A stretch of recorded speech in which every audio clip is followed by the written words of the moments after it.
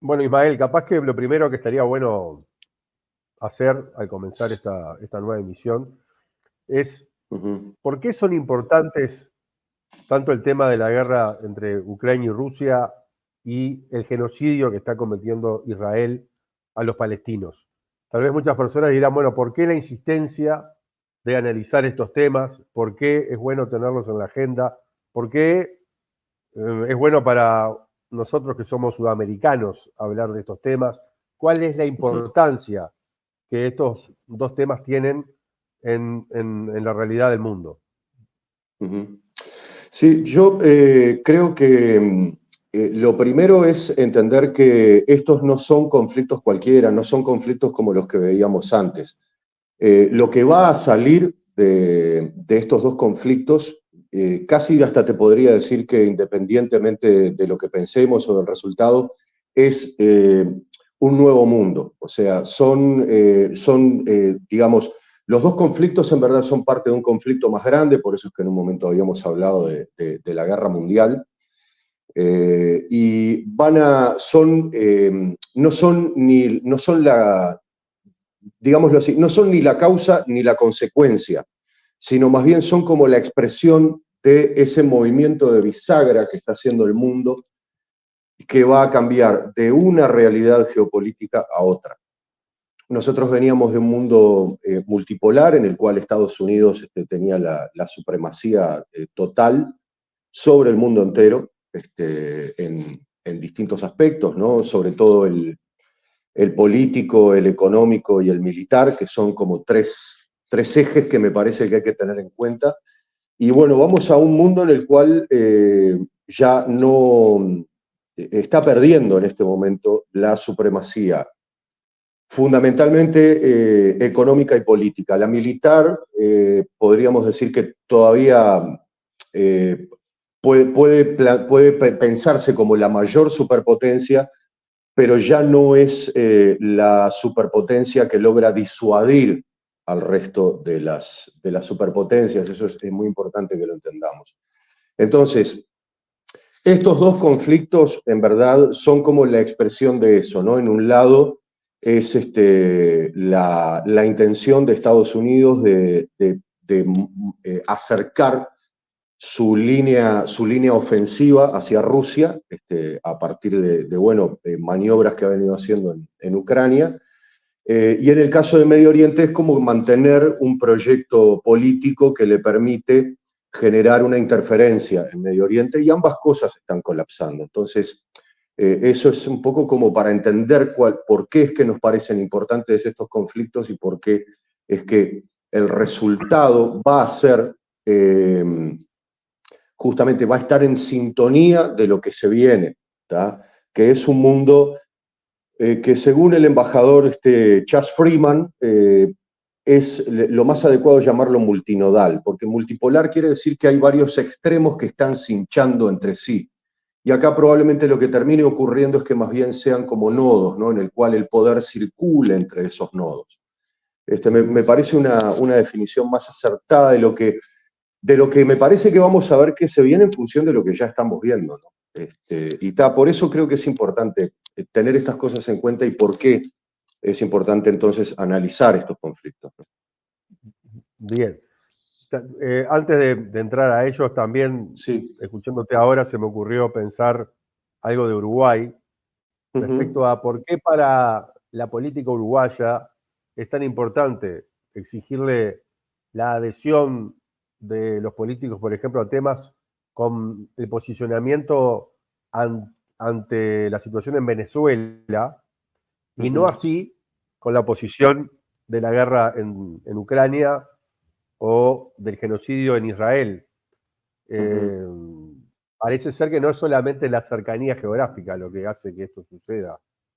¿Por qué pensás Sí. vos que nadie cuestiona a Orsi respecto a su posición en pública respecto a, por ejemplo, la guerra de Ucrania?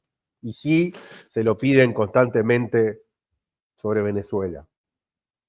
Yo creo que eso más bien tiene que ver con la política doméstica uruguaya. Es decir, vamos a entendernos, el sistema político uruguayo está bajo una fuerte presión e influencia del sistema político estadounidense. Entonces, de alguna manera el sistema político estadounidense le marca cierta agenda al sistema político uruguayo.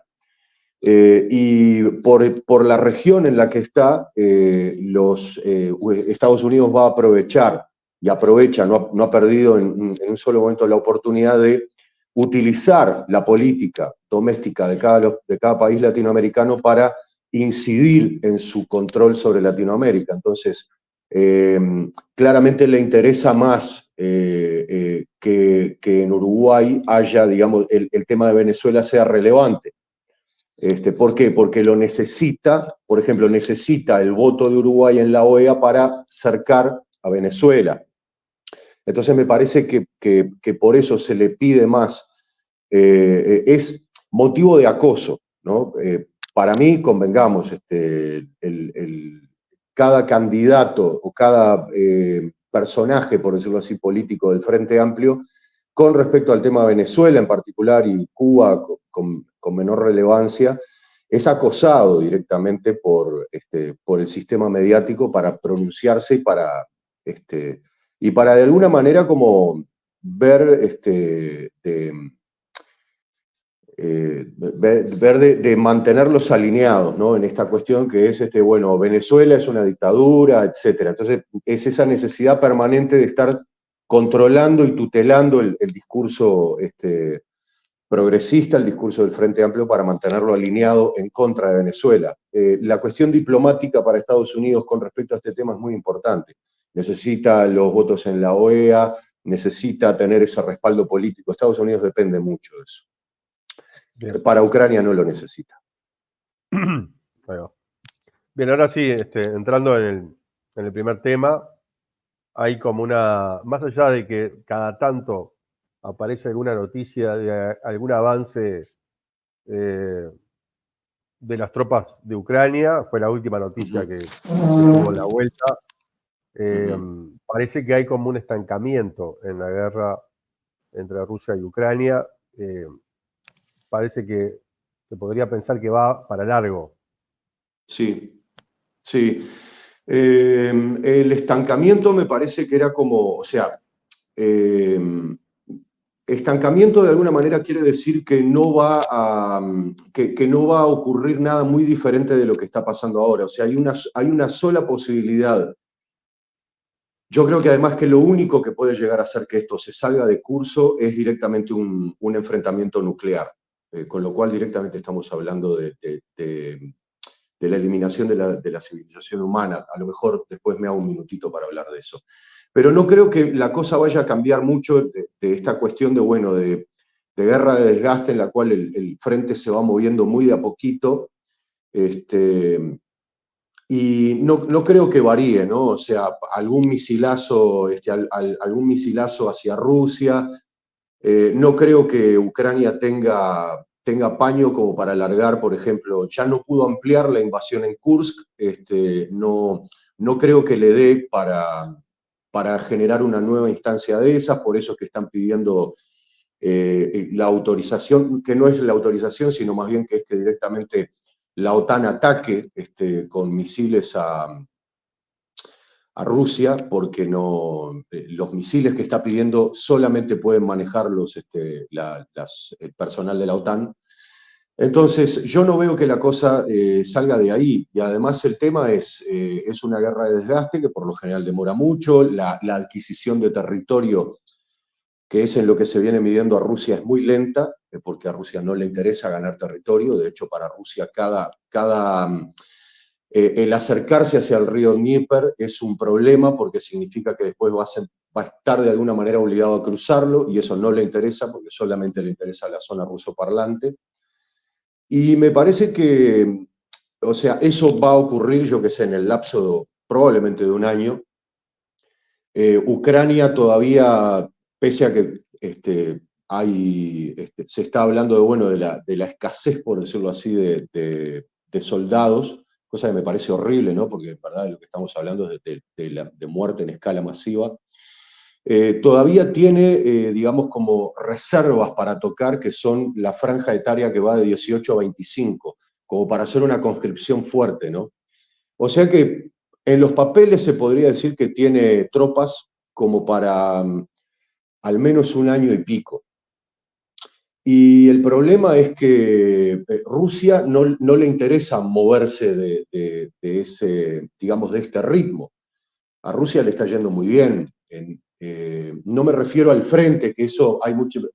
La guerra, estos conflictos se han convertido como en partidos de fútbol, ¿no? Entonces hay gente que se agarra de cualquier pavada para decir, no, está ganando, está perdiendo. Sí, perdón. Permitime porque justo ahí Ujú, hablabas de que a Rusia le estaba yendo bien, amén de sí. la anécdota de lo que pase Ujú, en la guerra propiamente dicha, ¿no? En el frente sí, de batalla. Y vos me sí, hiciste un punteo a modo de producción sí. que a mí me parece muy relevante. Ujú, La economía de Rusia se ha fortalecido. sí. Logró parar la masacre que desde el 2014 se estaba produciendo, sobre todo en la zona del Donbass, con la Ujú, población rusoparlante. Allí fue que se exacto. estableció ese plebiscito que fue muy cuestionado por el mundo, donde Rusia anexó a esas zonas al territorio ruso. Ujú, Ucrania tenía pretensiones de entrar a la OTAN, nada indica que eso vaya a ocurrir. Eh, ujú. Se han logrado entonces establecer nuevos límites a los que había antes de la guerra y la amenaza de los grupos, sobre todo de los zorros, no me acuerdo el nombre, de los fascistas ucranianos, El- se ha ujú, visto reducida. Todos sí, puntos que parecen poner a una Rusia fortalecida y una Ucrania debilitada. No parece sí. que ahí haya estancamiento, por lo tanto, ¿no?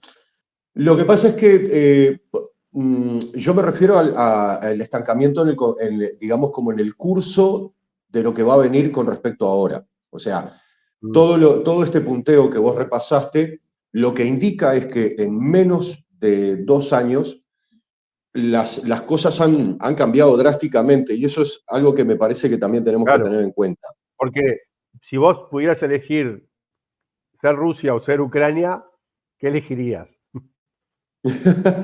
Bueno, depende. ¿No? Pero Sí, es muy fácil, de cualquiera que quiera, o sea, es más, es mejor ser Rusia que ser Ucrania en este momento. A eso me en refiero. este momento sí. Mm. Pero sobre todo por cosas que están como de alguna manera obviadas en ese resumen, que es, por ejemplo, la economía rusa, según el Banco Mundial, la economía rusa creció un 5% de 2022 a 2023. Estamos hablando de un crecimiento en plena guerra.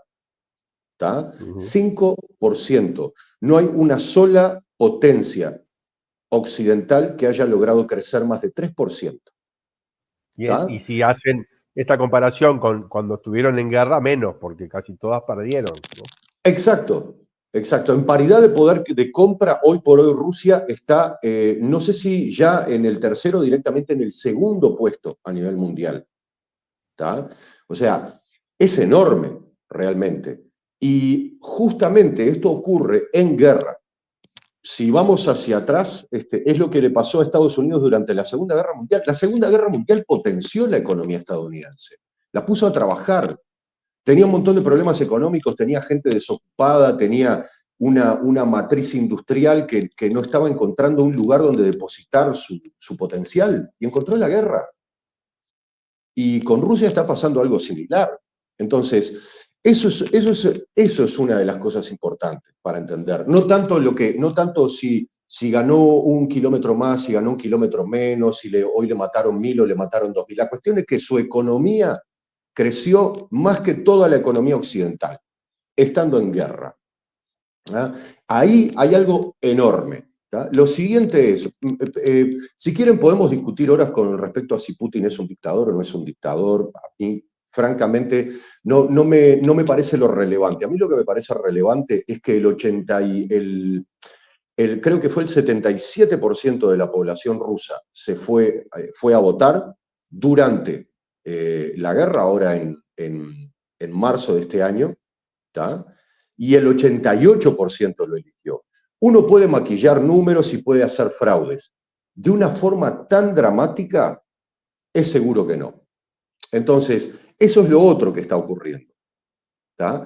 Entonces, lo que vemos acá es que el problema no es Putin, el problema es que Putin está expresando algo que quiere el pueblo ruso, que está determinado.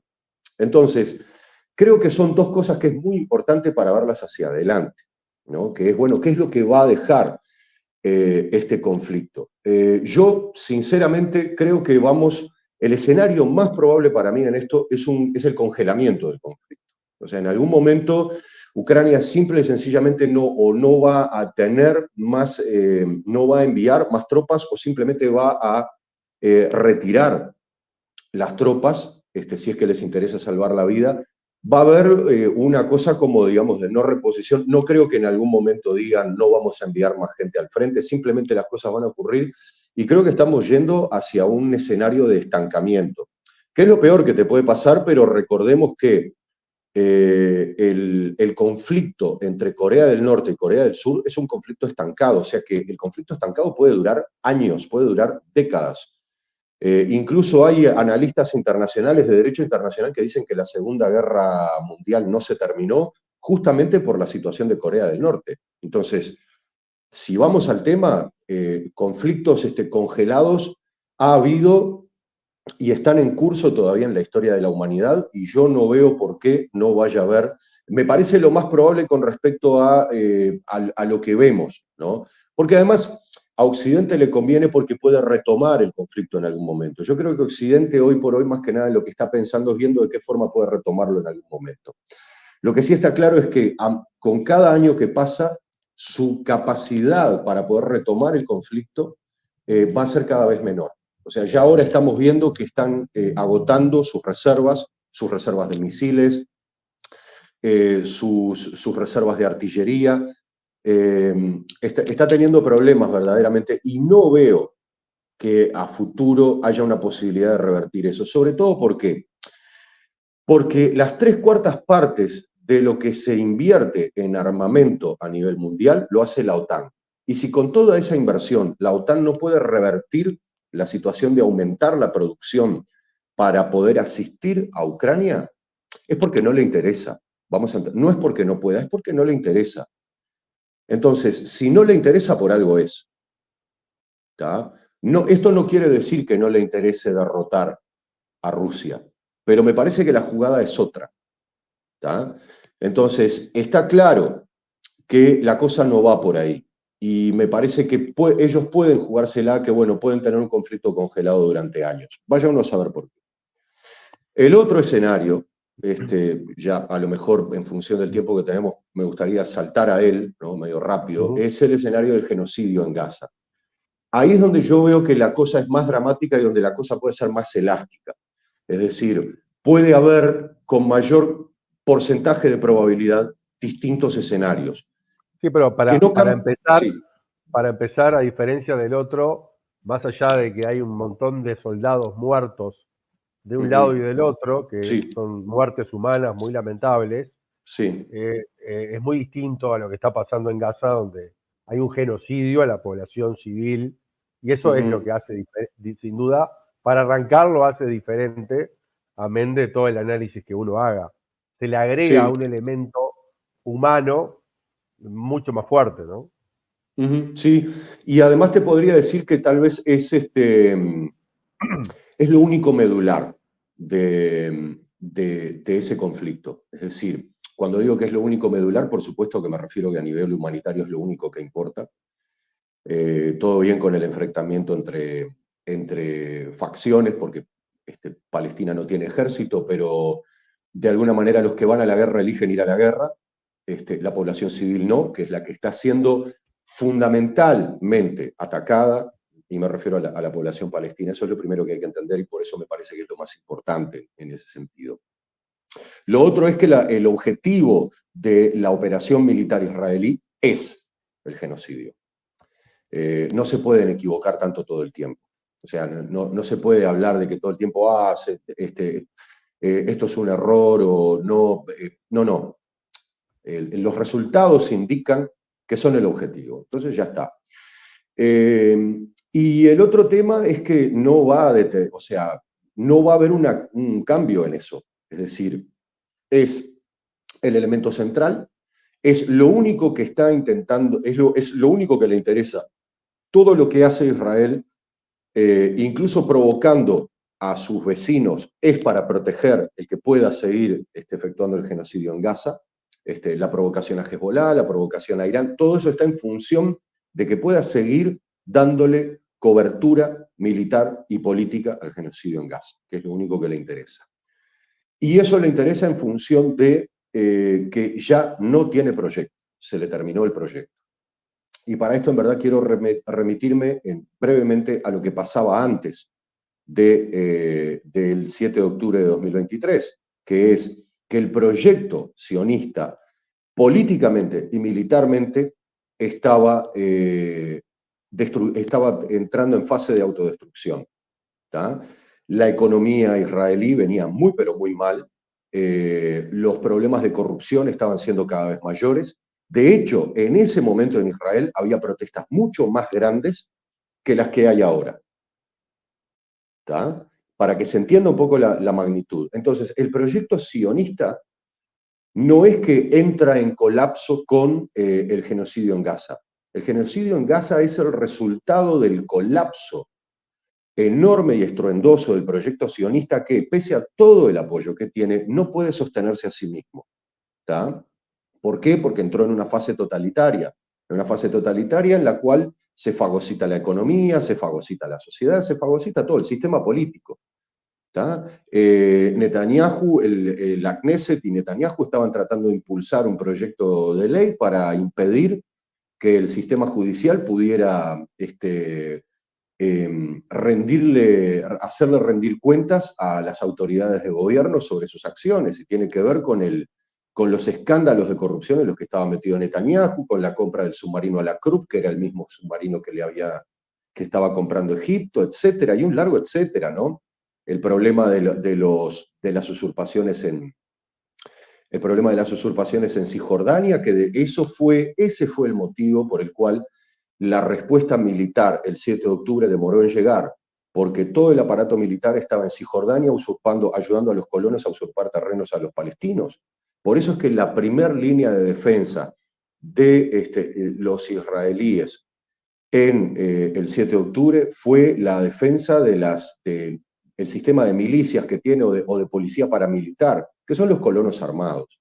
Entonces, eso es un poco lo que estaba rodeando el asunto, digamos, lo que estaba alrededor y lo que empuja entonces este final dramático. ¿Qué final me parece a mí va a tener? Pará, antes Sí, de eso, sí. antes de la conclusión, no, Uh-huh.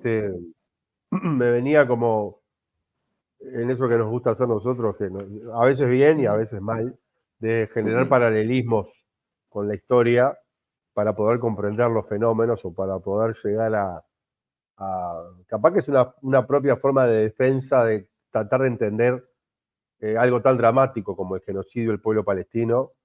Uh-huh. Ya que está instalado, uno intenta entenderlo, capaz que no hay mucho más que entender que lo que está sucediendo, Uh-huh. pero la conexión con la historia que me viene a la mente es que el genocidio al pueblo judío llevado adelante por los nazis, Uh-huh. la solución final no Uh-huh. fue en su momento de mayor esplendor y de poder, sino Uh-huh. que esa decisión la tomaron cuando ya el propio régimen estaba en declive, en decadencia, que veían que no lo podían sostener. De alguna forma, por lo que vos estás relatando, es similar ese proceso, ¿no? La Sí. decisión de matarlos a todos viene en un momento donde se hace insostenible su propio proyecto sionista. Exacto. Y sabes que tiene la misma lógica que este ataque con los Vipers o con los buscapersonas en el Líbano. Todos todos los relatos de la prensa apuntan a que era una especie de arma secreta que Israel tenía oculta durante mucho tiempo. O sea que la sacrificó, porque se acabó el arma secreta. La otra vez estaba escuchando a un periodista libanés que estaba hablando cómo al día siguiente de las explosiones de los walkie-talkies, hicieron una explosión masiva provocada, ¿no? Juntaron todos los buscapersonas y todos los walkie-talkies y los hicieron explotar adrede, o sea, se terminó.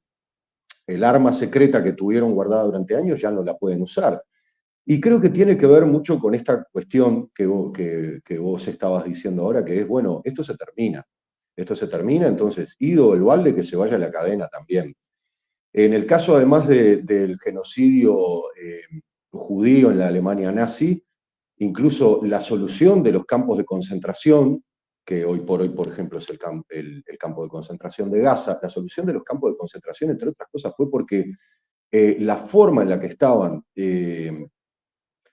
matando y acorralando a la población judía dentro de los guetos en las distintas ciudades polacas y alemanas, le estaba generando verdaderos cargos de conciencia a la población e incluso a los militares que estaban a cargo, digamos, como de rodear esa situación. Entonces se los tuvieron que llevar, tuvieron que generar los campos de concentración, porque la población civil no tenía estómago para eso.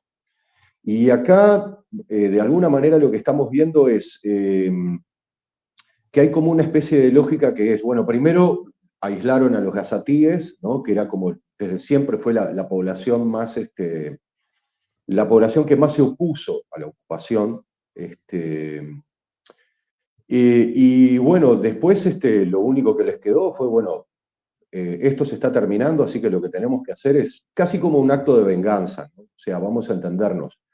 No, yo creo que estuve sacando cuentas e incluso si tiraran una bomba atómica hoy en Gaza, probablemente maten al 90% de la población, pero lo que me parece increíble es que justamente los que probablemente resistan sean los de la resistencia palestina que están en los túneles. Entonces, ni siquiera una bomba atómica puede hacer que se deshagan de la población gazatí. Eso no hay duda que si puede estar en mi cabeza, si yo llego a hacer esos cálculos, ellos los cálculos los deben tener más que claro. Entonces, no hay duda que hay como una especie de componente de venganza en la caída. Sin embargo, esa venganza es muy sangrienta y va a seguir siendo sangrienta. Y ya Y que dijiste lo de la bomba sí, atómica, y mm, siguiendo con las comparaciones, me imagino que también mm, es muy diferente el apoyo mundial que tiene la causa palestina con la que tuvo la causa japonesa antes de claro, Hiroshima y Nagasaki, ¿no? sí. Eso debe pesar mucho también. Mirá, el tema es por ejemplo, en Estados Unidos el genocidio en Palestina está teniendo una repercusión que está llegando a niveles tan preocupantes que están empezando a censurar gente en las redes sociales, ¿no? Gente grande, además, están censurando en las redes sociales, o sea, están de alguna manera intentando controlar el tema por ese lado. Lo que quiere decir que es esto, afirmando esto que vos decís, ¿no? La causa palestina hoy por hoy en el Occidente tiene un respaldo que los japoneses no tenían. El respaldo que tiene Israel, por otro lado, a nivel político es casi se podría decir que total, ¿no? Es decir, hay muy pocos políticos occidentales que estén dispuestos a oponerse. Sin embargo, están dando señales de que no están del todo a bordo, ¿no? Por ejemplo, ahora hace poco la Asamblea de las Naciones Unidas votó la ilegalidad de la ocupación israelí por 129 votos a favor, 29 en contra, 47 abstenciones. O sea, ojito, está perdiendo apoyo de una forma tremenda Israel. Entonces, el tema es, sí, está bien, no detiene el genocidio, no hay duda, no detiene el genocidio, pero cambia el escenario posterior y cambia el escenario político en el cual Israel se va a tener que mover si es que va a sobrevivir como proyecto político. Y por eso me da la impresión de que el proyecto político está terminado, porque el Estado israelí no está haciendo absolutamente nada para cuidar su imagen, por decirlo así, o su relacionamiento político a futuro. Está en una locura, está en una locura de sed de sangre, ¿tá? La sociedad israelí. Y eso es lo que me parece interesante, que es, por un lado, tenemos que hablar de las personas en Israel, y del otro lado tenemos que hablar de lo que esas personas, en conjunto con el sistema político, terminan generando lo que llamamos la sociedad de Israel. ¿Tá? La sociedad israelí está desbocada. ¿Tá? Ahora su único debate es si quieren negociar por los rehenes o no. Pero lo que muchos están diciendo es que por lo único que quieren recuperar a los rehenes es para tenerlos a salvo para continuar con el genocidio. O sea, acá no hay una contemplación ni siquiera del futuro de Israel, no les interesa en absoluto, pero no porque no les preocupe, porque no lo tengan en mente, es porque de alguna manera me parece que están como en una especie de viaje delirante, ¿no? Que es, nosotros somos los judíos, se los puede permitir todo, somos los judíos las únicas víctimas del universo. Lo ves en un montón de videos que sacan. Entonces, creo que están bajo esa ilusión.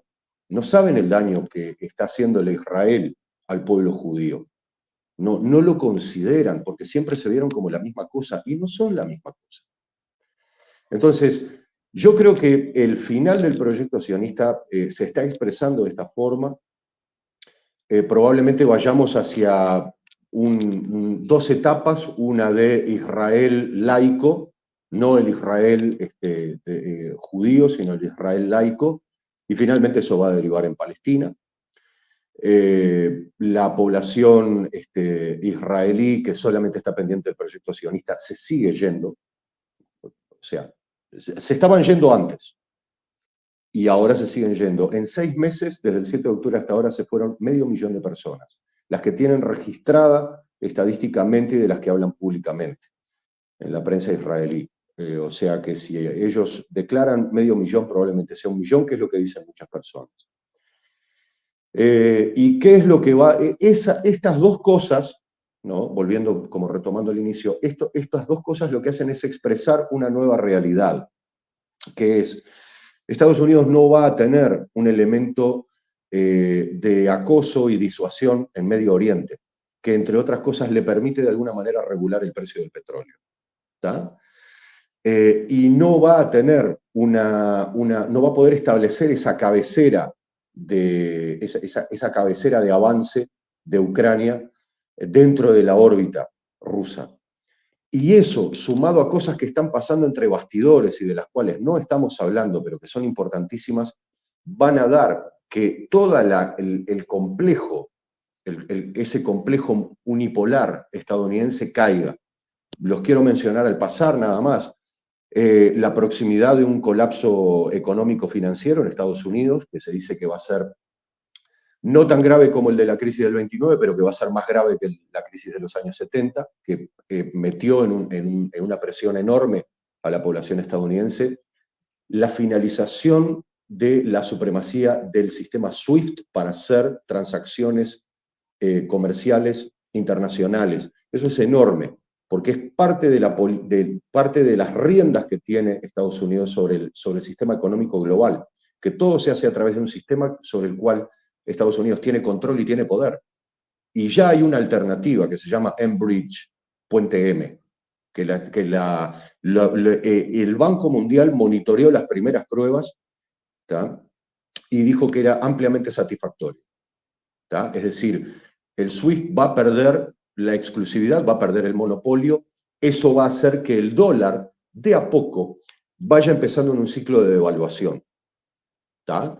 Y el dólar, toda la deuda estadounidense se la puede permitir gracias a la enorme cantidad de dólares que tiene expandidos a nivel mundial. Si la moneda estadounidense pierde poder, pierde su capacidad de controlar los negocios a nivel mundial, si su economía entra en un ciclo, digamos, llamémosle, no devastador, pero sí problemático, como el de una crisis profunda, estamos viendo que en el lapso de 5 a 10 años, la capacidad de influencia estadounidense en el mundo se va a achicar enormemente.